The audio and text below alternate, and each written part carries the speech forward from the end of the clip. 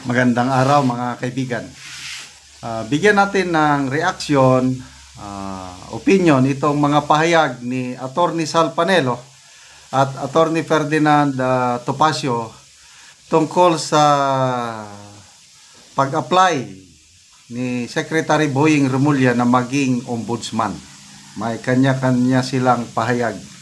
At isa lang ang sinabi na hindi pwede. Pakapalan na yan ng mukha. Unahin natin itong kay Attorney Sal Panelo. Post ni Yonoya. Sabi niya, "Oh, Boying, you can't be ombudsman because you won't be fair." Ipinost ni Yonoya ang pahayag ni Attorney Sal Panelo. Basahin ko ha.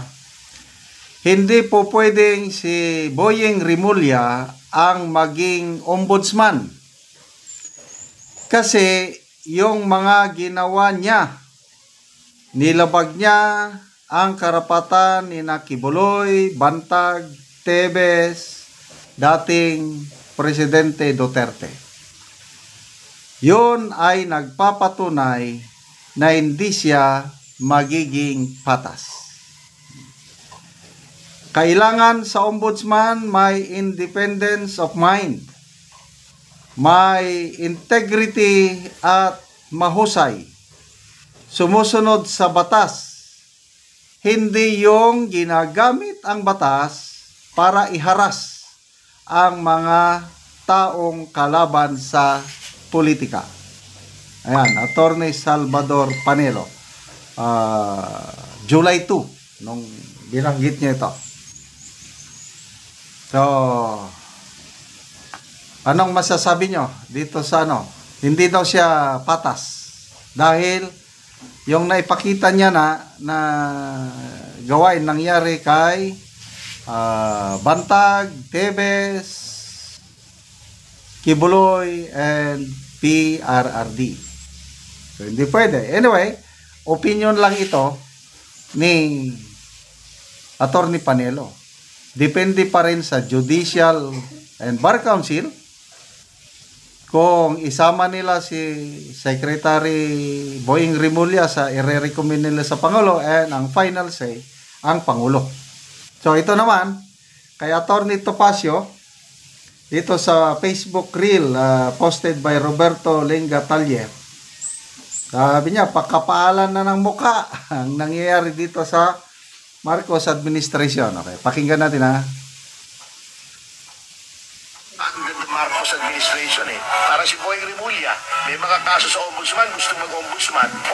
Grabe naman yung mga reaction ng netizen, paano nangyari yun? The person who weaponized na DOJ, nababoy ang DOJ, ginamit ang mga batas laban sa kalaban ng gobyerno. Yun ang gagawin ng ombudsman. Anong gagawin doon? Obvious naman, ipagtakpan ang mga kalokohan ni Marcos even beyond its term hanggang 2028 kasi 7 years ang term ng ombudsman. Huwag naman, anak ng pating naman. Hindi ba kayo nahihiya sa mga sarili nyo? Hindi mag-appoint sa kanya siya mismo, sa sarili Hindi, niya? dahil sa JDC ang presidente mag-appoint. Kita nyo, tingnan nyo yung mga naging ombudsman. Tingnan mo yung listahan ng ombudsman. Sabihin na natin yung latest ombudsman, si Martires. Si Martires ba ay miyembro ng gabinete? Hindi nag-appoint sa kanya? Hindi. Galing siya sa Supreme Court, sa judiciary, neutral. Si Vasquez, Conrado Vasquez, the first ombudsman, very respected na magistrado. Totoo. Pambihira. Diba? Baka ngayon palang masira. Kaya nga bago ito, kita nyo kung gaano ka-hypocrite ito mga ito. Sabi nila noon, hindi daw maganda ang pagka-appoint kay Merceditas Gutierrez na ombudsman kasi tao ni GMA. So pinilit nila mag-resign. Bago ngayon gagayahin nyo. Kita mo kung gaano katigas sa mga pagmumukha niyan. Freysinet. President. Alam mo yung Freysinet? Prefabricated concrete. Yung ginagamit sa mga flyover, diba? Pag gumagawa ng flyover, makikita mo may tatak. Freysinet. Prefabricated concrete. Yung mga buhos. Ganong katigas ng pagmumukha nito. Talagang Freycinet Republic na tayo. Antitigas na maumukha. Pero sir, Actually, nung ayaw kayong papasukin sa KOJC, dapat mukha ni Remulyang binatering ram nyo ron. Giba yung gate nun, kahit bakal. Ganong katigas. pero matalino naman si Pangulong Bongbong Marcos. Hindi siya basta-basta papayag na gaganunin siya. Sabi niya, Dinidiktahan siya, di ba? Pwede ba yun? hindi ako makapagsalita. Sabi, ano daw liars go to hell. Bahala na nga At saka kayo. sabi, kapatid ng magnanakaw ang sinungaling. Pero hoping, hindi. Ipanalangin natin na wag mangyari. Yun na lang po. Hindi umuubra yung panalangin natin, hindi nag-penetrate sa Freycinet. Grabe, nauso na talaga ang pakapalan ng mukha under the Marcos administration eh. Para si Yan pakapalan ng muka sa Marcos administration. Sabi niya, mahiya naman kayo. Okay, magbasa tayo sa mga... nabanggit niya yung Conrado Vasquez. Maalala ko din yan eh. Pinakaunang ombudsman. Halos lahat ng ombudsman, okay. Ang naging controversial lang, yung si Mercedes Gutierrez, yung pina-impeach nila na napilitan nag-resign. Yun lang, ang naging, kailang politically motivated, parang ganun eh. Kasi tao daw siya ni GMA. So, pagdating, sino bang sumunod kay Mercedes Gutierrez? Ito na ba si Ombudsman Martires?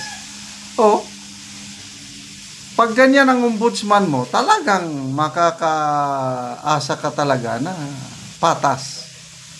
Paano kung si Secretary Boying Rimulya, ang dami nang nagko-question eh. Meron siyang kaso doon. Anong mangyari sa kaso niya pag siya ng ombudsman? Tapos yung sinabi doon sa kasama ni Atty. Topacio na baka hindi i-appoint ni BBM.